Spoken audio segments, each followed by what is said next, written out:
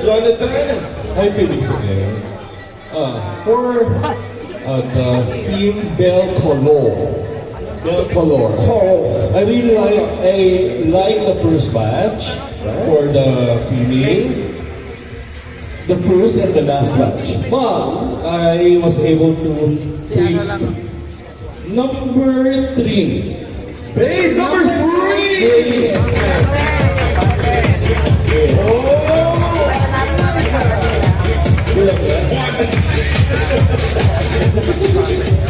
Bagay sa'yo na, maganda.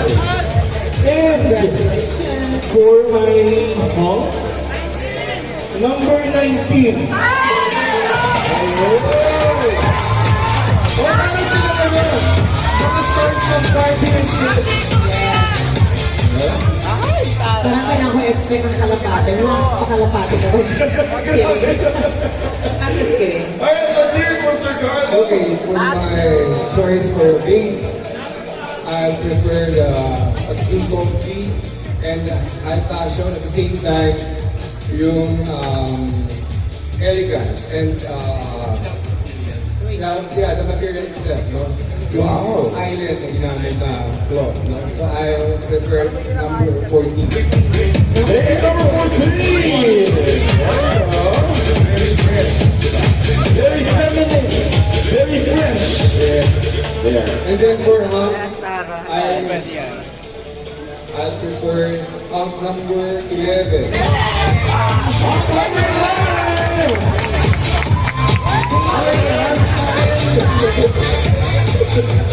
There you go.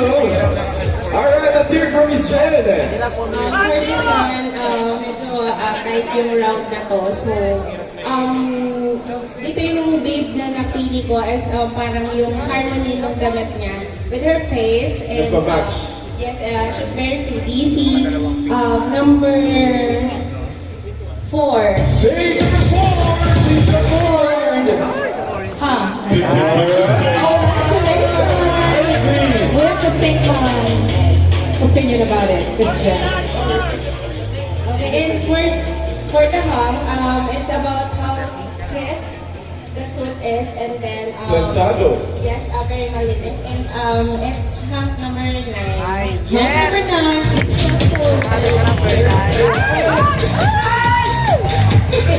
Marami tingin mo sila dito sa side na yun. Sir Jonathan. Alrighty, congratulations, Hans. There you go, we have our top 3 for Humps and Babes. And it's about time for us to know who will be our top winners for this special segment. Napaka-importante talaga na pinaplansya yung mga damit bago gamitin. So even if maganda siya, kung hindi siya planchado, Ako naman, for someone na medyo tamad mag-skin, ang ginagawa ko, hindi talaga ako namimili ng tela na gusutin. Gusutin. Kaya gusutin pala. nice. The colors are very vibrant and it only expresses how vibrant we are today. Yes. I love it. So they're actually finalizing the results. And they're about to announce it. Lumabas yung pagiging meticuloso ni Sir Jonathan as a fashion designer dito. Correct. Kanina they were talking about technicalities of the gown, of what they're wearing, the texture.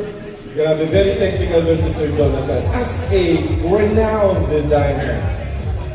Alright, so this time around, Sir Jonathan, I'd like to invite you here for the awarding. There we go, Sir Jonathan.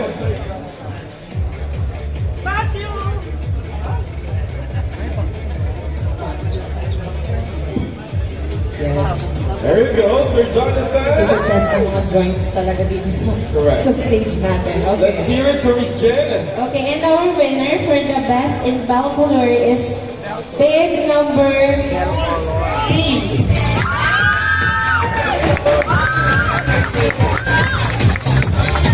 A garland, certificate, and of course, 3,000 peso cash. She looks so elegant and lovely on that outfit. Bagay din ang There's actually a beautiful modesting Pansara pala. parang idea of the gown, but I couldn't remember who. Yeah, very sharp. Congratulations. Now for the pay, for the hunk, Miss Jen. For the best in Belgular hang is hang number 11.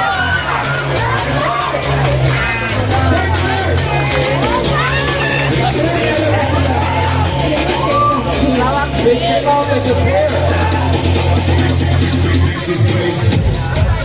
Dalawang pink ang nanalo. There you go. Alam mo, Sir Jonathan, pwede ka rin kapagkamalan dito na handler nila. At ano nila, manager. Diba? O kaya, dad. All right, congratulations.